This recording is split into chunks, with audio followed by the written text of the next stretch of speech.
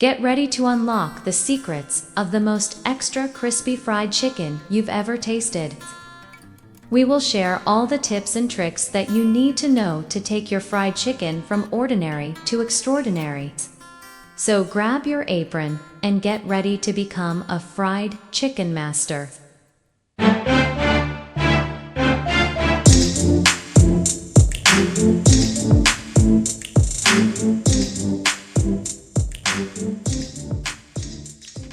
Our first secret is the power of brining. Brining is a technique that involves soaking the chicken in a saltwater solution before frying it. This can help to create fried chicken that is incredibly juicy and flavorful. And it's not just because it's covered in salt. Here's why brining works. It's all about osmosis. When you submerge your chicken in a brine, which is a fancy word for saltwater solution, the salt starts to break down the proteins in the chicken, allowing water to be absorbed into the meat. Now this might sound counterintuitive, but by actually adding moisture to the chicken, you help it retain more moisture during the frying process. Water has a higher boiling point than alcohol, so it takes longer to evaporate, meaning that your chicken will stay juicy and succulent even after being cooked in hot oil. Plus, since water is a great solvent, it helps to dissolve and distribute those delicious seasonings and flavors throughout the entire chicken, resulting in a truly mouth-watering taste. A simple and effective brining solution that you can try at home is to mix 1 cup of kosher salt and 1/2 cup of sugar with 4 cups of water. You could also add some flavor enhancers like black peppercorns, garlic cloves, bay leaves, thyme sprigs, or any other seasonings that you enjoy.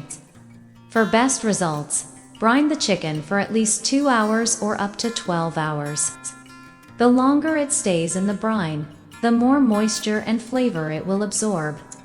Just make sure to refrigerate the chicken while it is brining and pat it dry before dredging in flour to prevent excess moisture from interfering with the breading process.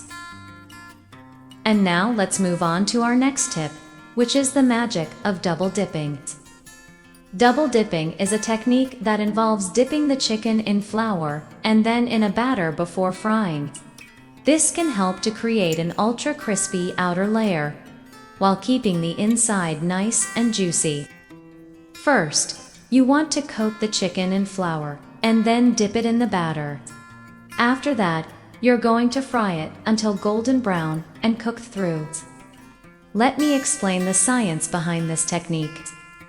The first dip in the flour helps to create a thin and crispy outer layer on the chicken.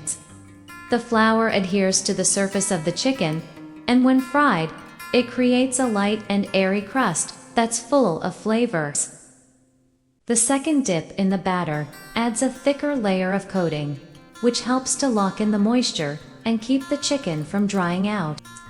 The batter adds a substantial amount of extra crispy goodness and helps to create a more even and consistent texture throughout the chicken. To make a simple batter, you can mix together 1 cup of all-purpose flour, 1 teaspoon of baking powder, and 1/2 teaspoon of salt. Then gradually whisk in 1 cup of cold sparkling water until the batter is smooth. Remember not to overbeat the batter, or else the chicken won't stick to it properly. Make sure the chicken is fully coated by shaking off any excess flour before dipping it into the batter. Once the chicken is fully coated in batter, it's ready to be fried. And remember to fry the chicken over medium-high heat to ensure that it cooks evenly and thoroughly without burning. By following these steps, you'll have perfectly fried chicken with an extra crispy outer layer and a juicy and succulent interior. Our third secret is the ultimate fry temperature. Frying the chicken at the right temperature is crucial to achieve that perfect extra crispy texture. You need to fry it at a high enough temperature to cook the chicken quickly and create a crispy skin, but not so high that it burns the chicken before it's cooked through. You should fry the chicken in neutral oil with a high smoke point, like canola oil or peanut oil, at around 350 degrees Fahrenheit or 175 degrees Celsius. If the oil isn't hot enough, the chicken will absorb too much oil and become greasy and soggy instead of crispy. On the other hand, if the oil is too hot, the outside of the chicken will burn before the inside is cooked through. To achieve the perfect fry temperature, use a kitchen thermometer to monitor the oil temperature and adjust the heat as needed. For smaller pieces of chicken, like tenders or wings, you can maintain a higher temperature of around 375 degrees Fahrenheit or 190 degrees Celsius. For larger pieces of chicken, like breasts or thighs, it's best to start at a lower temperature of around 325 degrees Fahrenheit or 160 degrees Celsius, and then gradually increase the temperature to 350 degrees Fahrenheit or 175 degrees Celsius once the chicken is in the fryer. Maintaining a steady temperature throughout the frying process is important to ensure that the chicken cooks evenly and thoroughly without burning. If you're frying a large batch of chicken, it's best to fry them in batches to prevent overcrowding the pan and lowering the oil temperature. Now let's move on to our fourth tip, which is the art of resting. After frying the chicken, it's important to let it rest before serving. This allows the moisture to redistribute itself throughout the chicken, resulting in a juicier and more succulent bite. It also gives the crust a chance to set up, making it crispier and more satisfying to eat. When you remove the chicken from the fryer, it may look like it's done cooking, but it's actually still in the process of cooking through. Allowing the chicken to rest before serving gives the internal juices a chance to redistribute themselves, resulting in a more evenly cooked and flavorful piece of chicken. During the frying process, the heat causes the muscle fibers in the chicken to contract, which squeezes out the juices and pushes them towards the center of the meat. If you serve the chicken immediately after frying, these juices will end up concentrated in the middle of the chicken, resulting in a dry and less flavorful exterior and a soggy interior.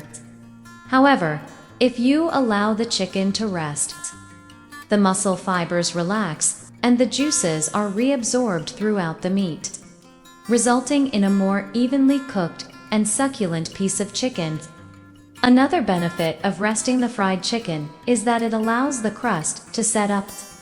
When you fry the chicken, the heat causes the starches in the coating to gelatinize and form a crispy and crunchy shell. If you serve the chicken immediately after frying, the hot oil can soften the crust, making it soggy and less appealing. However, if you allow the chicken to rest, the crust has a chance to cool down and solidify, resulting in a crispier and more satisfying bite. The ideal resting time for fried chicken is around 5 to 10 minutes. During this time, the internal temperature of the chicken will continue to rise, ensuring that it's cooked through. It's important not to rest the chicken for too long, though, or else the crust could become soggy. To rest the fried chicken properly, place it on a wire rack set over a baking sheet. This will allow air to circulate around the chicken and prevent it from steaming. By following these tips, you'll have perfectly rested fried chicken that's juicy, succulent, and extra crispy. Finally, let's move on to our fifth tip, which is the final touches. After frying the chicken, it's important to season it properly to enhance its flavor. You can do this by sprinkling the chicken with salt and pepper, or using any other seasoning blend that you prefer. Using a flavorful spice blend can add a lot of flavor to your fried chicken. There are many different blends that you can use, such as paprika, garlic powder, onion powder, cayenne pepper, dried thyme, oregano, basil, parsley, and rosemary. You can experiment with different blends to find the one that you like the most. In addition to seasoning the chicken before frying it, you can also add fresh herbs to the batter or the frying oil for an extra boost of flavor and aroma. Fresh herbs like parsley, thyme, and rosemary can add a bright and herbaceous flavor to the chicken. You can simply chop the herbs finely and add them to the batter or toss them into the hot oil for a few seconds before frying the chicken. To add a final touch of flavor, you can sprinkle the fried chicken with a little bit of salt and pepper. This will enhance the savory, salty, and peppery flavors of the chicken and make it even more appetizing. By following these tips, you'll have perfectly seasoned fried chicken, both flavorful and extra crispy. Congratulations! You've now unlocked the secrets to making the most extra crispy fried chicken. With these tips and tricks, you'll be able to create a fried chicken that is not only crispy and juicy, but also bursting with flavor. So put on your chef's hat, gather your ingredients, and get ready to create a masterpiece in your own kitchen.